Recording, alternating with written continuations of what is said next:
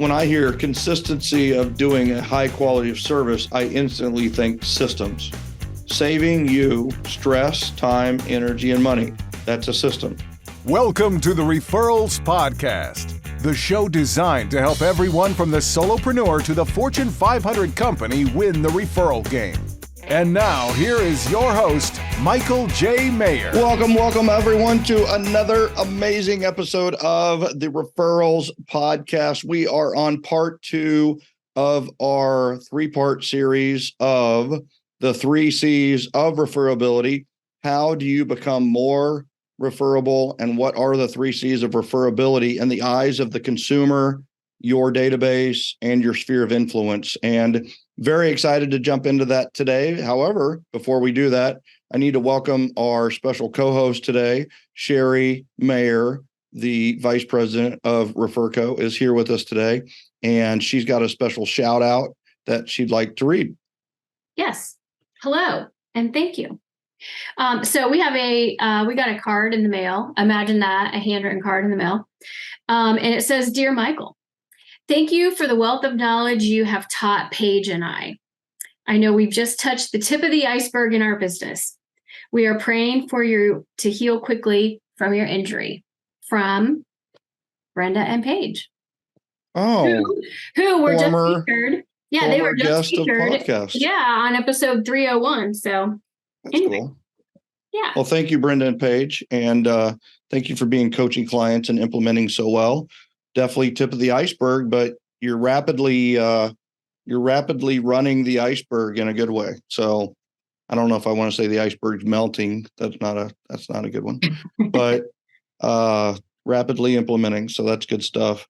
And, you know, one of the things that they did in the very beginning to kick off their success, and they've seen lots of success with the Referco coaching and the Gen coaching and the referral mastery system stuff, is they went through the book. So we went through the book first and just like had them pick 3 or 4 strategies out that were their favorites or might be the easiest to implement. So start easy, start with a 1-degree tweak. And you actually have the opportunity to do that if you're here listening or watching today, in that we are actually covering a global book club. We are actually hosting a book club for anyone in the world, and it's at 7lbookclub.com. If you're interested in hosting people for that, we have a broker bonus. And the way to get that is to go to joingengen.com, join our referral community, our referral group on Facebook, and that's at joingengen.com, and then search the group for broker bonus, and you'll find a post there about the broker bonus program, and just put broker bonus as a comment. We will reach out to you, private message you, and tell you like what is in that, and you get the action guide, a checklist for what to do and how to promote it, all the emails on how to promote it, all the social media graphics on how to promote it, and you get the 8 sessions taught by me, Angela, and Carla as part of that whole broker bonus. It is probably the best, quote unquote, total deal that we've ever done. And we'd love you to host a book club in a book club that where you don't have to have all the answers or all the questions, or all you got to do is get people in the room and we'll teach the book club. And then after we're done recording, you can have a discussion with the people you're with. So if you're a broker or a lender or a title company, this is a perfect segue for you. Great way to get in front of agents, great way to get in front of people. You've got a sales team. This is a great exercise to go through that, as 7L, as we know, is one of the top 100 sales books of all time, according to HubSpot. And it's one of those where we'd love to have you in, and it's going to be a hit. It's going to be big. We already have a lot of people signed up, and would love to have you as a part of it. So check it out. So let's jump into today's subject matter, and that's the second C of the 3 C's of referability. The last time, just to review a little bit, is we covered character, which is essentially doing the right thing. Do the right thing every time. And, there's some C's that are not included in what we talk about, and like care is one of those. That's not necessarily one of the 3 C's of referability. Do you have to care? Yes, I think you have to care. But I think that character is stronger than care. I think character kind of incorporates care. You care enough about the relationship to tell the truth, to be honest, to have integrity. So, care is not one of the 3 C's, and sometimes that surprises people. So what is the second C of referability? Second C of referability is competence. Competence. So competence. Well, what character is do the right thing, and competence is do things right. Mm-hmm. So should we do things right? Well, of course we should do things right, and we should seek to become the expert in what we are. For me, it was seek to become an expert as a real estate agent, which meant things like negotiation, paperwork. I needed to become the expert on the contract, even though I wasn't an attorney. I needed to become an expert at marketing homes. I needed to become an expert at the transaction. I needed to become an expert at a lot of different things that involve real estate, interpersonal skills, some sales skills as far as, what to say, what to do, that kind of thing. I had to become an expert in timely responses. And I needed to become an expert in a lot of different things. And it's one of those where the 3 C's actually go in order of importance. And when I say that, character is actually the least important of all 3 of the C's, believe it or not. Competence is more important than character. I know that sounds weird, but it really is, because honestly, if you're really good at what you do, people are not going to care about your character. Like, I have surgery coming up. It was hinted to in the shout out today. I have surgery coming up, and I just do I care how honest this guy is? Do I care how much integrity he has? It's like, no, he's the best at doing a Achilles surgery in the entire Southeast. So guess what? I don't care. I don't care. I don't care about anything else, to be honest with you. I want to go to the best. And here's the thing. If you're in real estate, it's the biggest financial investment of a person's life. So they really don't care a whole lot about the other stuff, as long as you know what to do. And I'm telling you right now is that seek to be an expert in whatever profession, whatever thing you're doing. And you'll never go hungry, because it doesn't, you want to, that's the best thing about being the best, is that, like, let's say you have to get Achilles surgery. Now, I'm an athlete, and I consider myself still an athlete, and I want to do athletic endeavors afterwards. So the repair of my Achilles tendon is a really big thing. So let's say you had to have Achilles tendon surgery, right? Who would you go to? Insurance is paying, right? Other than the deductible, insurance is paying a majority of your bill. Where are you going? Who are you using? You're going to use the best. I'm just going to throw it out. You're going to use the best that your insurance can buy. So you're going to use the best. Do you care if it's a woman or a man? No, you don't. Do you care if they're black or white or brown or yellow? No. You don't care. You don't care. You don't care if they're a freaking alien. You don't care about anything except for how well they do it. And guess what? That is how most people think, is if you're known as being the best, then they don't care what your nationality is. They don't care your color. They don't care your gender. They don't care your politics. They don't care about your character. They just want the best.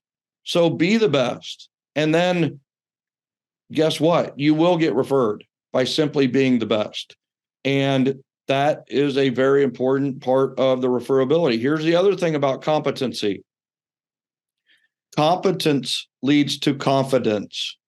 So the more you learn and the more you feel comfortable with the contract, with negotiations, with if you're a lender, with the process, with the different types of programs, the more competent you are in those things, the more confident you are. Well, confidence is extremely attractive for people. People want to work with confident people. That just makes sense, And I do know that can even go overboard sometimes. I know people who are known for kind of being the best, and they're egotistical, arrogant. And here's the thing. People will overlook arrogance and being egotistical if you're the best. They will. They'll go, oh my God, that guy's such an a-hole, but I'm going to work with that attorney because they're the best. And that's how it works. So being competent can overcome a lot of other shortcomings. One of those could be color, height, looks, How long gender, you've been in the industry? years in the industry, any of that. And just so you know, in most professions, you can become an expert in less than a year. You can be, if you work on it, if you literally go to work every day on it, you can be an expert in a year. There's 10,000 hours that you could spend in a year or whatever. So it's one of the, I don't know what 365 times 24 is. I guess that would be like 7,500, but you're going to be able to get quite a few. I guess it would be 360. Yeah. 365 times 24. What is that? Can you do that on your phone real quick? I'm so used to Siri, in your head. What is 365 times 24? Hey Siri, what is 365 times 24? 8,760. There you go. So you've got, let's call it, you've got 8 hours of sleep a day, right? So that's 24 hours. So you've got 2/3 of that where you can work on becoming an expert. And it really does help to yeah. I was just gonna say, and there's so many ways that you can work on that because, like you were saying, like becoming, you got to have competency in contracts. And what's the easiest way to do that? Practice writing them, go through and make up, write fake offers and just to go through it. So, what's in the paperwork and all the points that you can negotiate. People ask me all the time, like what our onboarding process was to get people in production so fast. Mm-hmm. The first thing that everybody we had did is they quote unquote fake listed their own residence. So they would practice getting a listing, and they would practice writing the description, and they would practice entering in an MLS, and then we wouldn't hit submit, we'd just hit delete. And so we would do 10 of those, and then we would do 10 contracts where all it was is write the offer. And then we would practice those 10 and we would negotiate them out. I would be the listing agent. They would be the buyer agent for the first 5. And then they would be the listing agent. I would be the buyer's agent on the next 5. And I threw it at them. I threw everything in the kitchen sink, like we want your dog too, into the negotiations. I would have a lot of fun on that last one where it's just like, hey, we want you to take the water heater out and put in a tankless water heater. Right. And, I would get the deer in the headlights look, and it was great practice. I tried to make it harder than any live contract they would ever do. Guess what? They got better. And that is just honestly, that's the best training you could ever do for a new real estate agent.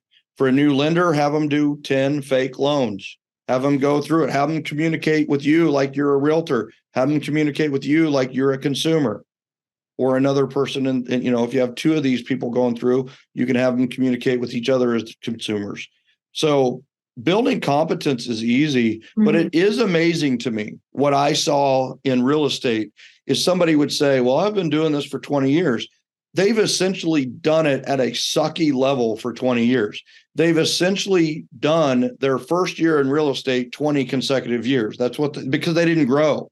And there was no growth. And I still had to explain things to quote unquote 20-year veterans that were like basic parts of the contract or basic parts of negotiation. Like, guess what? Personal property is not a part of the contract. It should not be a part of the contract, right? Unless I want it to be.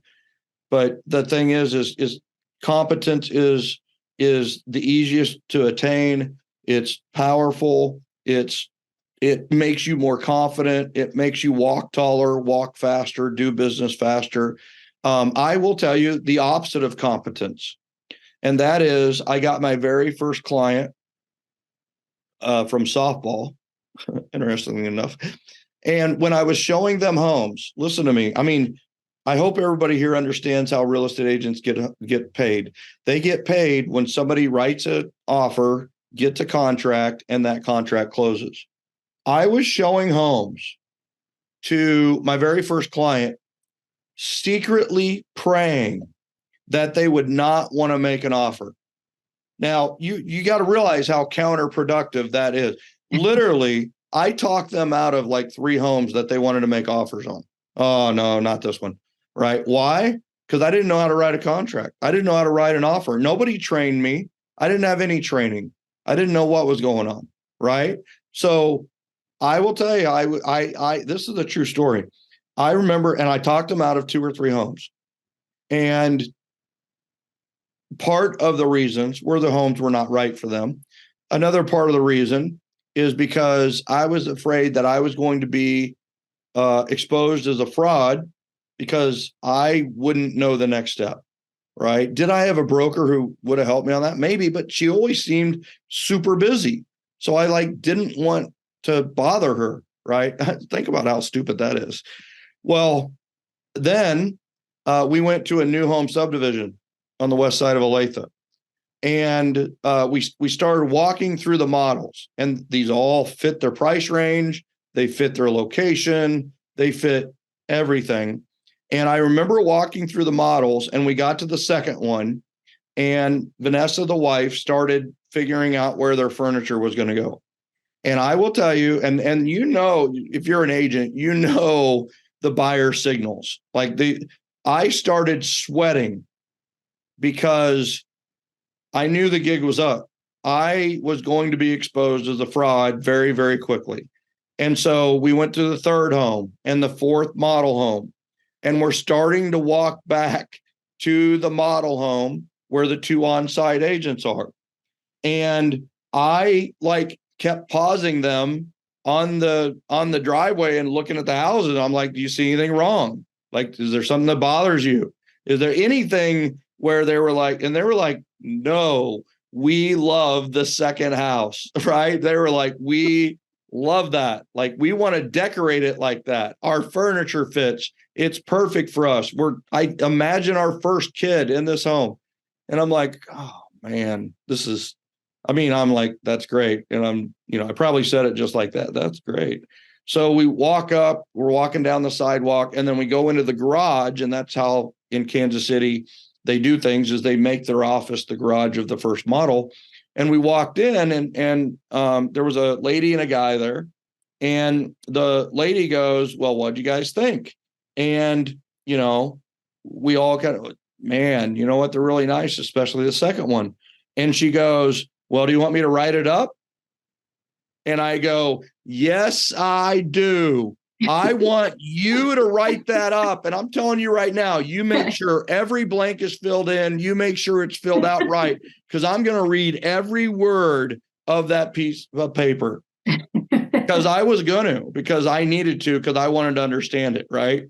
And so she thought I was being all tough and that kind of thing. And I, probably came across that way. And they wrote up the offer, and we sat there, and both of us, everybody signed it, got it done. And it ended up a phenomenal investment for them.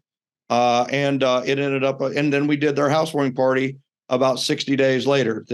30 to close, and then 30 days after we did a housewarming party, which I got 11 referrals at. So it's one of those where I was kind of never revealed as a fraud. And I will tell you, I did go through the builder contract word for word with my broker, and then asked her to go over the residential real estate contract with me. And from there on out, and I never wanted to feel like that way again. Right. So guess what? Which was the bigger challenge for me? Was it character or competence? It was competence. Mm-hmm. And guess what? My competence actually got in the way of my character. So I think it's one of those where competence is a big deal. It's the easiest to fix. Many agents don't know what they don't know. But they need to go through practice scenarios. Lenders need to go through financial planners need to go through 5 practice clients. And I don't know. It's funny is I remember hearing, actually a big time coach said this publicly, which I thought would kill their coaching business. And he said that, the level of incompetence in the real estate industry has never been higher. And I remember him saying that in like 2006, 2007. And, I'm not sure if that was true or not at the time. It wasn't true for me, that's for sure. But it's one of those where, whose fault is that? Is it the agent's fault? Is it the broker's fault? Is it the industry expectations fault? And what the coach should have said is the level of incompetence has never been higher, and then launched a training course on contracts. Like, we're going to raise the level of competence. It wasn't that, right? It's like, no, we only coach people who make 500,000 or more, blah, blah, blah, right? And really, who knows what was the truth anyway. But it was one of those where, I think we can all raise the level of competence of all industries. There's incompetence in doctors. I mean, think about that, right? There's always a worst one in the class. They still get a license. Still get to be a doctor. There's a worse teacher in the class. There's incompetent teachers. There's incompetent. They're everywhere, right? Yeah. There's incompetent astronauts. Think about that. So it's one of those where it's just such a big part in being great at what you do and escaping average. We need to escape average. Don't be average. Don't seek to be average. Don't seek to just get by. And then all your life you're trying to get by and you barely get by. And it's much better when you're an expert because, it's easier to be excellent than it is to be mediocre. It's easier to be excellent than it is to be mediocre, right? And people are like, no, it's easier to be mediocre. No.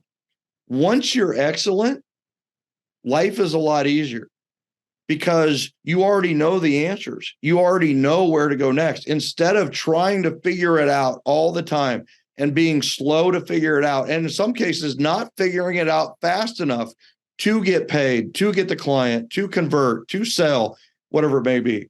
It's easier to be excellent than it is to be mediocre. It's harder to get to excellent than it is to get. You could be mediocre today, right? Yeah. Don't settle for mediocre. Go for excellence, because once you're excellent, life is easier. I've lived it. And we need to be lighthouses of excellence in a sea of mediocrity. That's what we really need to be, is stand out because of our excellence, because of how well we do things. Stand out. Like, don't settle to be just a wayward ship in a sea of mediocrity. Be the lighthouse of excellence that people look up to, they use for guidance. You don't have to run along the beach and say, use me, use me, use me, right? Lighthouse doesn't do that. A lighthouse stands tall, shines its light, and for those that need its guidance, they'll seek it and go to it and be a lighthouse of excellence in a sea of mediocrity. That's the biggest thing that I can say about competence and what it does for you. And never stop learning, never stop growing. Why is it so attractive to be competent and get referrals? Is because growth is attractive. If you're always seeking to be competent and always seeking excellence, then you're always going to be growing. And guess what? That's attractive. There's nothing more attractive than growth, period.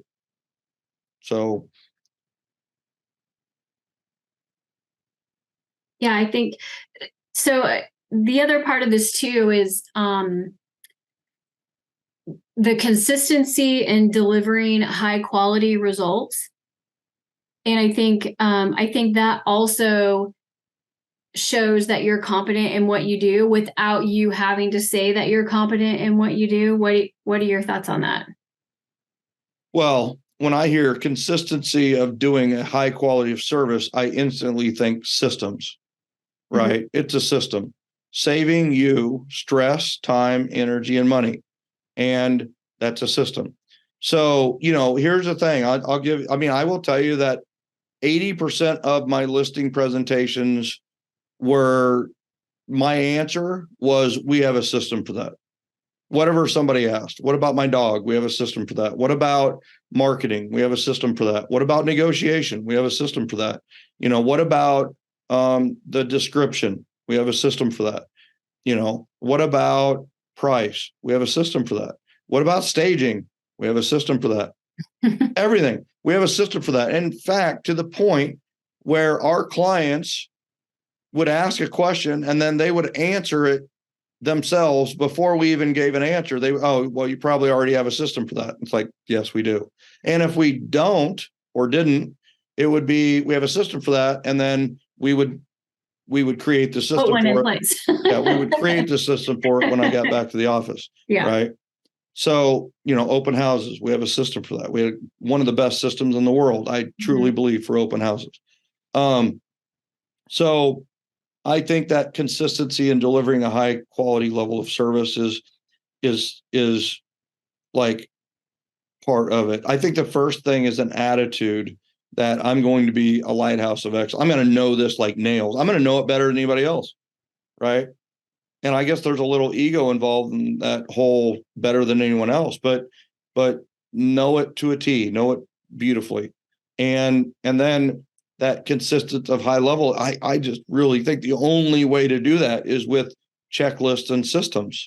I think that's, then you have a checklist. I'll give you another great example is Susan was one of my first transaction coordinators. She wasn't antisocial. She just hated people.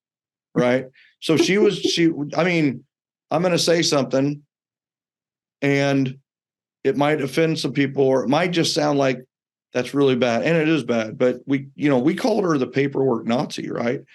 She was so hardcore on paperwork, and you didn't want to go around her if you still owed paperwork. You would literally go the opposite way in the hall to not go by her office if you owed paperwork, which was awesome for me, because I remember that first contract. I was running around getting Davey and Vanessa's signatures the day of closing because they said you don't get paid if you don't have this paperwork. And there was like the buyer's agreement and the affiliated business. I had to get some of these pages that only they could sign for our brokerage. So it's just one of those where, what's interesting is, but she was phenomenal. Yeah. She was phenomenal. She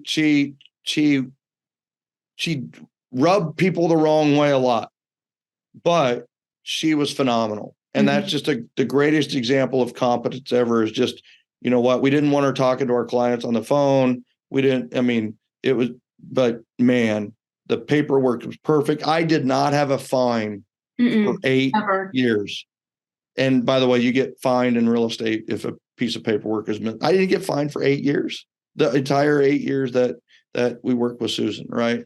So it's just one of those where, and then we didn't get fined ever again. Yeah. Because we had a checklist, right? We had a checklist, which goes to your consistency of a high level, right? And another thing is, it was like, Susan, don't ever talk to the client, right? It was just like, that was part of the system, is we've got something we need. It's like the agent needs to talk to the client, and we had a system for it. So, I believe that, it's about frequency and consistency, right? Study every day, be consistent with it. And the consistency of high quality service is going to be, have a system for it.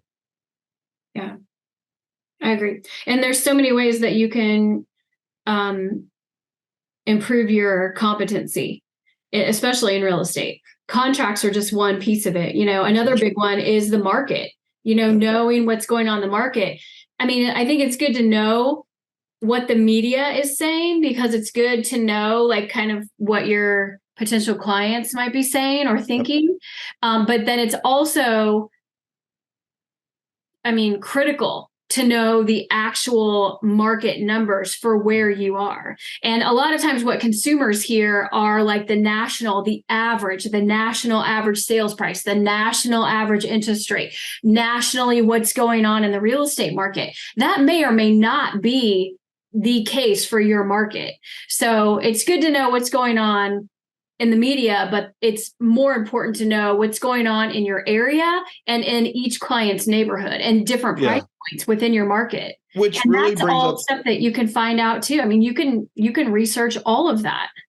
Which brings up a great point on the importance of, like, one thing that we didn't talk about being competent is for a realtor is pricing homes, right? So that was one of the favorite parts of the exercise of doing the listing agreements, was they had to come up with the pricing of their own home. They always overpriced it, people. They always overpriced it.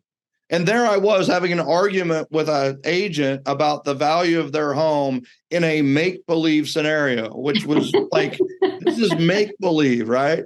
But it's like, and it's so funny, is if you've ever seen an agent's house listed, you just laugh because it's always overpriced. It's always overpriced. And what is so funny is that agent is probably fantastic at talking to clients about pricing the house right, And so, doing a CMA on a home is an important part of the process, because, man, if you can, I just loved it when we hit that price point and we started seeing the showings and those offers come in, even in a slower market. If you price it right, you stage it right, you make it look right, smell right, look right, sound right, then you get multiple offers.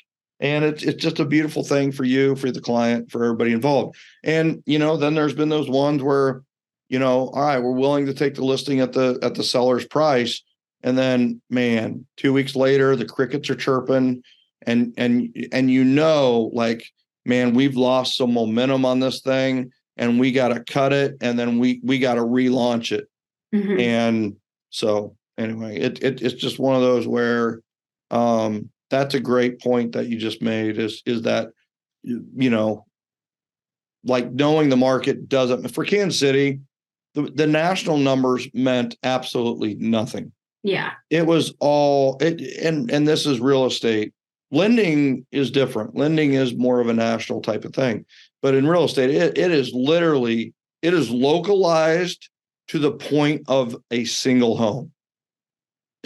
You can be right next to a home that's going to be priced differently. 3-bedroom, 2-bath, front to back split, 4-bedroom, 2.5 bath, 2-story. Both have 2-car garage, totally different prices. Yeah. Not the same house. That means just like, that's how local real estate is. That's what I love about it too. I loved it. I love the challenge of pricing homes. I loved it because it was just like nobody else could do it as well as we did, in my opinion. And I did get help. I got help from appraisers. I got, I got help from other agents. But it's just one of those where that's such a great point as to one of the things that needs to be part of the deal. And if you're a lender, it's knowing all the programs. It's knowing right now, it's knowing a 3-2-1 buy down, a 2-1 buy down. It's knowing some of these more creative options than, FHA, VA, and conventional. Right. Yeah. Of the 3 C's, competence is the one that I feel is the easiest to work on. It's where you can see the biggest gain. Your character is your character, right? And yes, you can work on yourself, but like competency in what you do, it's endless. Like how fast you can grow that area of being referable. This is the one, and I think this is the one where we spent the most time, especially with new buyers agents when they would come on to our team through CMAs and previewing property and writing contracts. And like, they've got to know we got to teach them all the stuff that they don't know. And, hands-on practice is the way that we did it. And it made a difference. For sure. The other thing too, is that you're right. When you come in to, like, let's say it's just new to real estate. And I keep using that because that's my background. So don't knock me on. If you're in auto sales or whatever, then you got to take those examples and make them work for you. But in character, you could come in you're not coming in at a 0 in character. Right. Most likely. Yeah. You're coming in at a 7 or a 6 or a 9 or whatever it is. Some people come in as a 10 and just stay there, right? Past preachers, past teachers. There's some that just like, they're going to do the right thing. They're not money motivated. They'll never make an error or a decision based on money, right? They'll always favor the client. But yeah, I mean, if you're an 8, you can go to a 9, you can go to a 10 pretty easily. On competence, everybody comes in at a 0. Everybody. So it is where you can make the most important improvements fast. And you got to get to a 2 or 3. You got to get to a 4 or 5. But I truly believe that in 30 days, you can be at a 9 or 10 on competence. I truly believe that without having a single client. Now, does it help to have clients and practice on real people? Ask your doctor. Maybe. Ask your doctor. I will tell you, when the bullets are real is when you find out how real you are. And that's the truth. So I love it. That's good. That's a good conversation on competence. Do things right. Do things right. Get it to where you do things right, and then do things right without thinking about it. Yeah, I love it. Next week is no, don't say it. Next week. I said it's the third C. We're not on third C. The next week is third C. We will reveal the third C of referability last week. It is the most important of the 3 C's. And I told you we're going in order of importance with character, competence, and the next one. And it is the most important by far. And it's the difference between having clients, getting clients, and not having or getting clients. It's the difference between having relationships and getting referrals. It's an all important one. And here's what's amazing about the next one is the number one complaint in real estate is not about agents' character. They don't say they're dishonest or lied to them or didn't disclose anything. The number one complaint is not about competence. They don't say you're negligible. They don't say that that you wrote the contract wrong or did anything. Those aren't the leading complaints in real estate.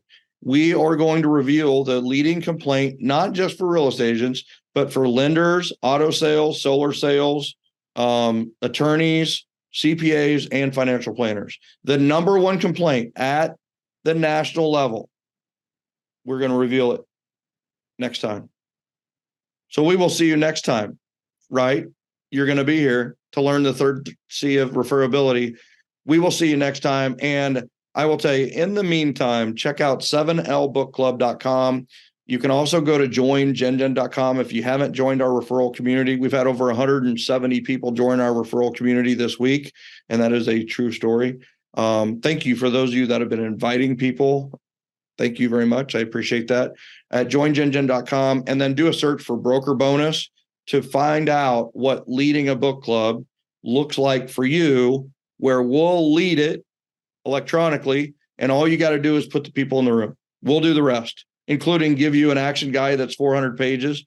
We'll give you a checklist on how to do it, social media graphics, email. We'll give you everything to blow it up and have some fun with it. But this is your last chance.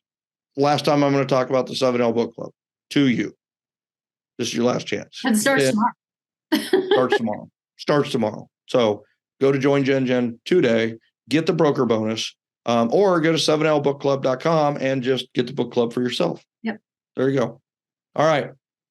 Sherry, thank you for being the co-host today on Referrals Podcast. It's always better looking with you on. So thank you. And it's always more intelligent when you're on. So thank you. And it's always higher character when you're on. So thank you. You're welcome. Ladies and gentlemen, we'll see you next time on Referrals Podcast. Know that we love you and we appreciate you. And thank you so much for everything you do with Referrals Podcast. And by the way, if you haven't rated it yet, reviewed it yet, please do so. I know you've already subscribed. We have so many subscribers. Thank you for that. And just make sure you rate, review, and subscribe. Maybe share it with a friend. I appreciate you. Have a great one. We'll see you next time on Referrals Podcast.